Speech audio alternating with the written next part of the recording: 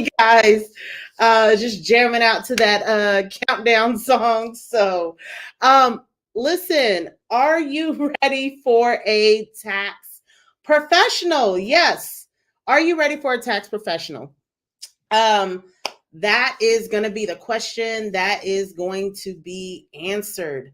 Some people are not ready for a tax professional because like just thinking about how some tax preparers do. I'm not going to point out like different tax professionals or tax shops, but sometimes like you go in, you have your documentation, then you go and see the tax preparer, they do your taxes there right on the spot, and then you're done, right? Well, sometimes what happens is that there's no advisory taking place.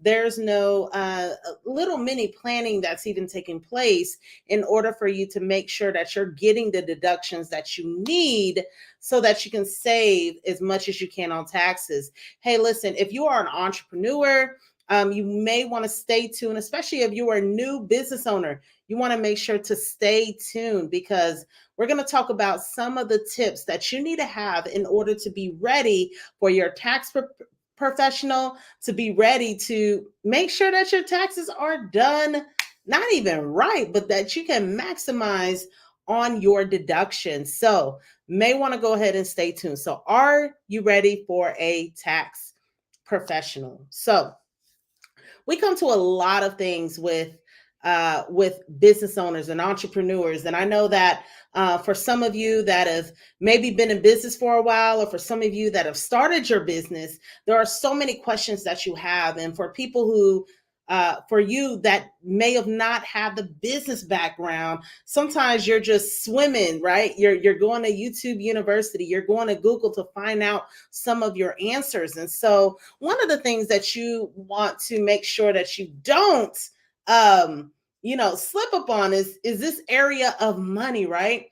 And what are some good tax tips for new business owners? And so one of the things that questions that I get is, all these deductions, right? There's so many things on social media that talk about, hey, you can write this off, you can write that off, and there's so many articles out there that say what you can write off and can't write off. But here's the thing, what they don't tell you is that they don't tell you that um, there has to be a certain level of understanding of taxes in order for you to know how to properly apply some of these strategies.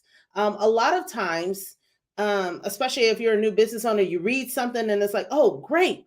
You know, it's it's just sometimes the lack of knowledge that can get you in trouble for an audit, that can get you in trouble with the IRS. So we want to make sure to avoid some of those things. So the very first question that I want to just tackle is, what makes someone a contractor in the IRS's eyes, right? And here are some of the tools or documentations. Again, this is not all inclusive, right? We'll be here all day. Every situation is different. But some of the things you want to look out for is if you've done any type of contractor work, meaning did you receive a 1099 NEC? That means non-employment compensation. Did you receive a 1099?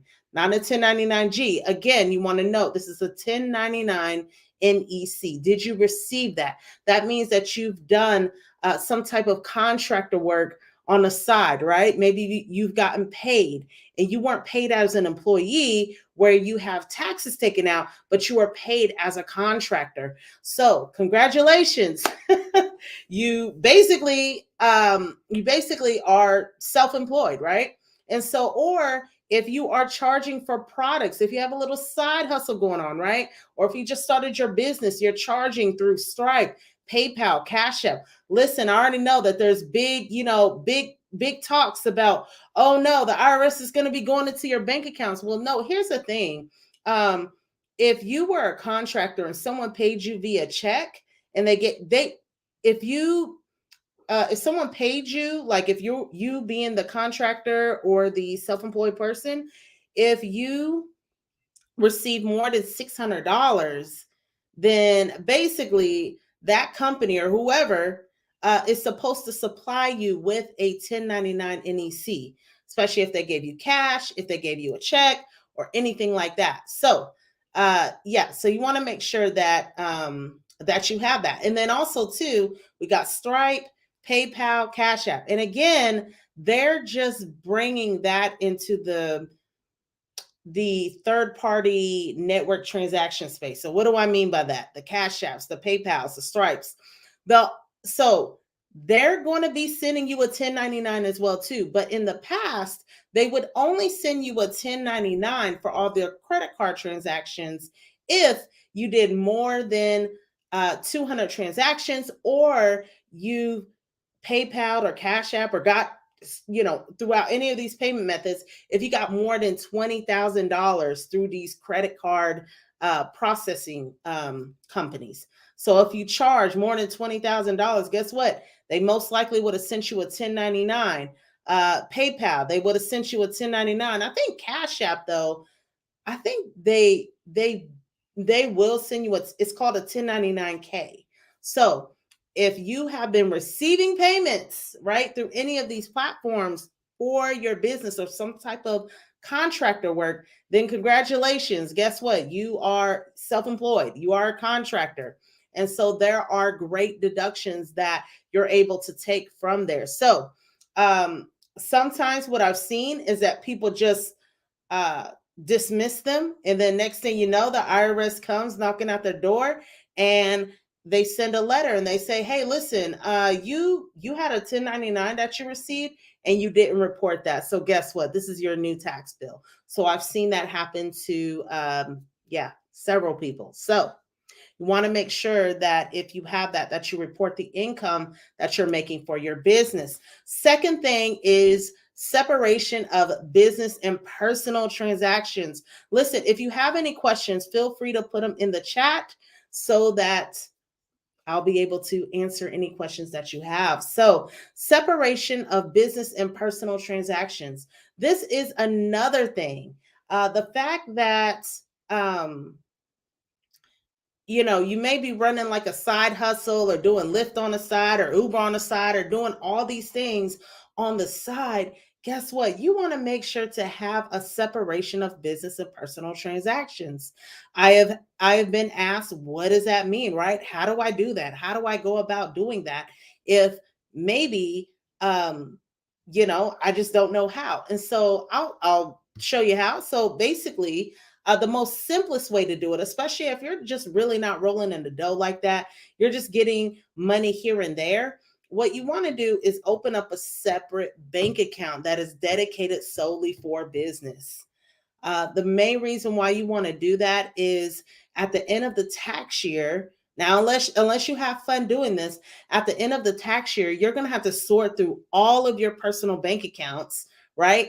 If you have many, you're going to have to sort through your personal bank account and decipher, okay, is this a business transaction? Is this a personal transaction? Like, you're going to have to go through and sift through that. And for a lot of reasons, that's going to be really difficult. And for tax professionals and for CPAs, they're going to charge extra if they have to go through and actually help do some of the record keeping and different things like that. So you want to make sure to have a clean records, especially within the bank account. So that's not to say you can't withdraw money for personal reasons or put in your personal money. But the thing is that you just don't want to have a whole bunch of, McDonald's charges or Starbucks charges if they are personal. And we know, we're in an age of where we swipe, it's so easy to swipe. So there's tons of transactions that, that have to be accounted for. But, even if we think about it right now, if you're thinking about, okay, it's 2001, someone asked you about a transaction in February, was it business or was it personal? You're probably not going to remember. And so it's really good to have a separate bank account for your business, it's not even a good idea. You may want to go ahead and require that. You want to have a separate bank account for your business so that you can decipher and have clean records to provide to somebody if you don't have anybody really doing any of the record keeping. So that's that. Leads me to my next point. You want to make sure to have good record keeping. You want to make sure to have a good app that can track your expenses and that can categorize them. Because it's one thing to have many transactions and all these things that are happening. But if you don't have good records, if you don't have good classifications, if I see something from Walmart or something from Amazon, okay, what was this classification? There's no way to tell what you bought from Amazon, like was it supplies? Was it a prop, for your business? Was it like what is it? Is it dues? Is it subscriptions? Is it like biz office equipment? Was it a laptop? What was it? And so the thing is that you want to make sure to have good record keeping. So there are many different accounting applications that you can use that are very cost efficient for you to track what type of category that expense will go in. So you want to make sure of that, right? So good record keeping. If you don't have it, again, usually tax professionals will charge for that unless you go to some tax preparer. They're just like, okay, you don't have any expenses. Cool. Here goes your tax return. And there goes a big bill for you. Oh, why is my bill so high? Well, that's because of if you don't keep good records, you're not going to be able to know what's, what's what. Like in the tax professional, like if you don't know, the tax professional is definitely not going to know, right? And there's a certain process of due diligence, meaning that um, like you can't just estimate, oh, this is just the amount of my expenses last year. Like, what does that mean, right? Have to have good record keeping. So especially, let me throw this in here, especially if you drive your car for business, right? Lyft, Uber, you want to make sure to keep track of those miles, because the thing that the IRS will ask is how many miles did you drive throughout January 1st through December 31st? What was the mileage on December 1st? What was the mileage on December 31st? And how much of it did you drive for business? Question is, well, how do I know how much I drove for business? Okay, you're going to have to be very detailed and know there are different mileage tracking apps that you'll be able to know if it was business and personal. They make it really, really easy, really, really easy. So if you can go ahead and look up mileage tracking app, and you'll be able to know how many miles you've driven, where you went, and some of those locations can jog your memory on what is business and what is personal. So good record keeping is totally, totally important. Okay. Then next thing is to know tax strategies. I was going into my rant in the beginning about this, is that sometimes we read things, we read news articles and said, hey, listen, do you want to save, a ton on taxes? Well, go ahead and go ahead and buy a G-Wagon, right? But if you're not making the amount of money in business to make it very applicable for you, then you may want to adjust your tax strategy. And that's the thing, is that it's so important for you to have a professional or someone that can actually know what your situation is and know how to properly apply the tax strategies. That's definitely important, because it's so easy to look, and I've seen I've seen some error in some of the things that I've read that said, oh, you do this, guess what? You can write off your whole house, right? Or yeah, they've said some crazy things. You can write off your whole house. Oh, you can write off every outfit that you buy because everything's for business, right? I mean, not every strategy applies to your particular situation. So you want to have someone that's going to be knowledgeable. You want to make sure that you have someone that is knowledgeable in knowing what tax strategies to use in order to save you the maximum and legally uh, the legal amount that you can save in taxes. So you want to make sure to have that. So for me, uh, I think that one of the things that is super important for me is just making sure that the clients that I work with, that they get every bang for their buck, meaning that they are able to just save as much as they can in taxes, because you don't want to take your hard-earned money and give it to the IRS. I mean, it's more that whenever you receive a refund from them because you overpaid in taxes, you basically gave the IRS an interest-free loan. And what's funny about that, this is such a side note, but I think I received some credit, some interest credit. Anyways, another thing there. But anyways, but you got to really know the tax strategies. And I have a challenge coming up. Lower your taxes challenge.com if you want to go there. I have a challenge coming up, and it is basically going to go over how to lower your taxes challenge. How much can you save, especially if you are an entrepreneur, if you're looking for ways to save. I'm going to be going through and showing you the many strategies that we have that are that you'll be able to apply to your situation, and for you to walk away with saving as much as you can in taxes, because cash flow is very important, right?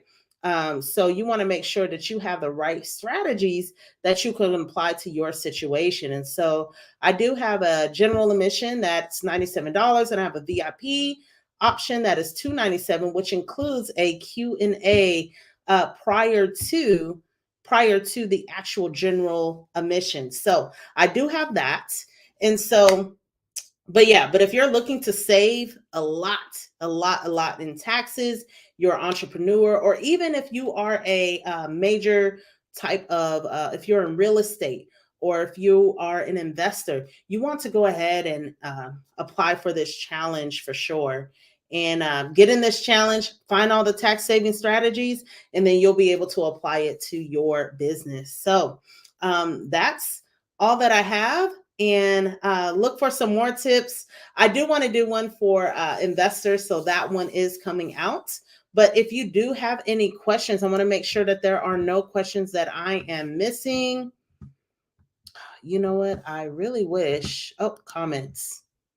Okay, there are no comments. If you don't have any questions, then I will go ahead and make my exit from Facebook. They're not popping up if there are any comments. So sorry, if there are any questions, I will answer them in the comments, or I'll do another live on them. So let me know. So a couple of tips more for new business owners is that you do, like, so serious, like what I just went over.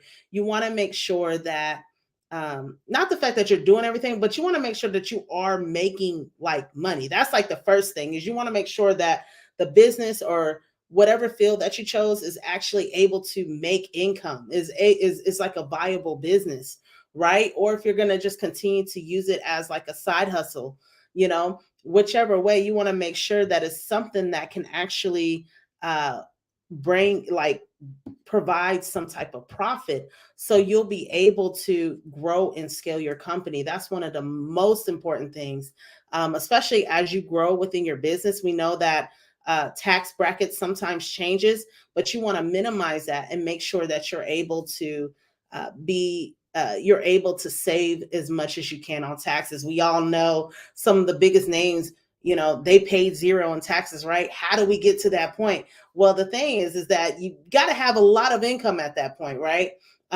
Income to, have to be really smart and really strategic in the way that you approach how you spend your money. And so you want to make sure that you're just smart in that area. And so, anyways, go to my website, Lower Your Taxes Challenge, and sign up.